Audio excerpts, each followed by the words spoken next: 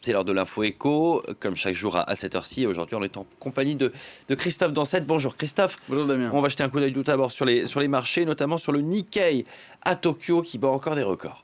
L'indice de Tokyo, effectivement, dépasse les 30 000 points pour la première fois depuis août 1990, donc depuis plus de 30 ans. Ce matin, il progresse de 1,63% en réaction aux chiffres de la croissance japonaise qui sont meilleurs que prévu. Au quatrième trimestre, l'économie japonaise a rebondi de 12,7% en rythme annualisé, insuffisant cependant pour permettre une hausse de la croissance pour l'ensemble de l'année 2020.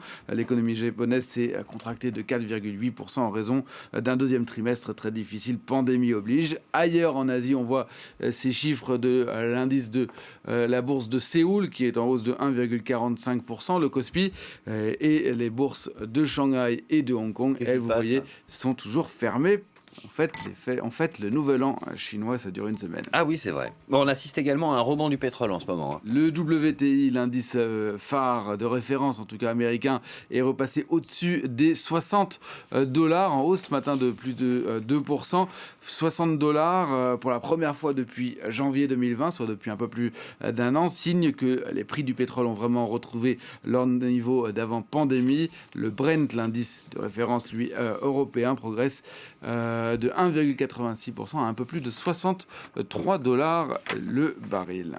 En France, on va s'intéresser ce matin à cette affaire qui a secoué une jeune start-up spécialisée dans les bijoux parce que son management a été dénoncé sur les réseaux sociaux et l'entreprise en subit les conséquences aujourd'hui. Un simple hashtag, un mot dièse pour ceux qui n'aiment pas que je parle, que j'utilise des mots anglais, a suffi à ruiner la réputation de ce fabricant de bijoux français.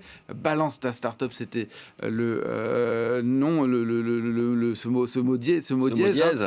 En quelques heures, sur les réseaux sociaux, l'entreprise a perdu plus de 100 000 abonnés. Des messages ont déferlé. Des salariés dénonçaient les méthodes managériales de la direction, se disaient victimes d'abus, voire même de harcèlement. La fondatrice de la start-up, elle, a porté plainte pour diffamation. Johanna Citruc, Marie Schuster et Georges Yesbeck ont enquêté. Voici leur reportage.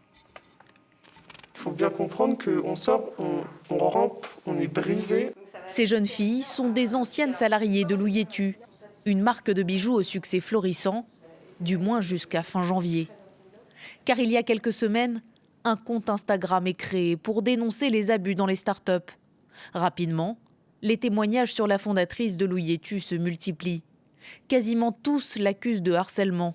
Elle essayait vraiment faire en sorte d'être amie et de créer des liens. Mais quand on devenait sa bête noire, c'était fini pour nous, quoi.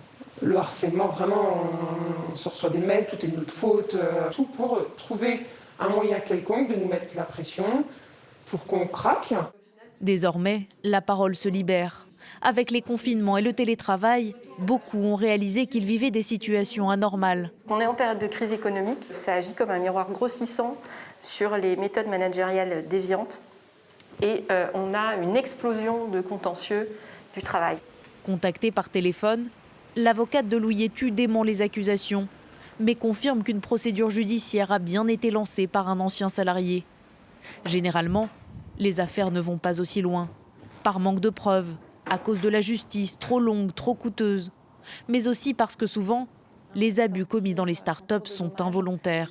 Il y en a qui pensent que construire une bonne équipe, c'est mettre un baby-foot, mais réellement, ils le croient. Ils croient que des after-work très régulièrement, c'est quelque chose qui garantit la motivation et qui libère la parole, par exemple. Non, être manager, construire une équipe, c'est quelque chose qui s'apprend. Apprendre notamment à mettre des limites, ce qui peut s'avérer compliqué dans les petites structures. Tu m'entends ? C'est ce que nous confie ce patron qui, sans le vouloir, a mis une pression sur ses salariés, surtout depuis qu'il est passé en télétravail à 100%. Quand je travaillais le soir ou même la nuit, j'assignais des tâches aux personnes pour le lendemain. Mais moi, en fait, ça me permettait surtout de gagner du temps. Mais les personnes, ça les frustrait.